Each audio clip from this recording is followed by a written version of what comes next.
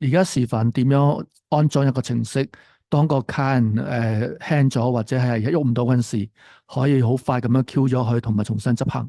首先你要下載個程式啦，咁個程式可以喺個網站度下載嘅。咁下載落嚟你就要解壓。咁解壓之後咧，你通常咧個 folder 咧，我哋就會裝咗喺呢度嘅 C 入邊嘅 admin 卡人。咁你解壓嗰陣時咧，就要解壓翻落去我呢個 folder 度。咁 abstract 啦。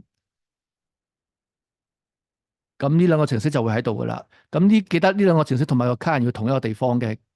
之後你就可以好簡單咁樣將個程式，將條 link 呢個其實係條 link 嚟嘅，將條 link 拉去嗰個桌面度，咁啊鎖咗喺度。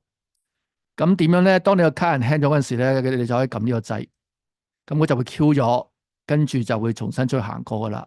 咁呢個位你可以擺喺乜某位置啦。咁當然佢一死咗嗰陣時，輕咗嗰陣時，你撳一撳，佢就會 Q 咗佢，跟住就即刻再行過噶啦。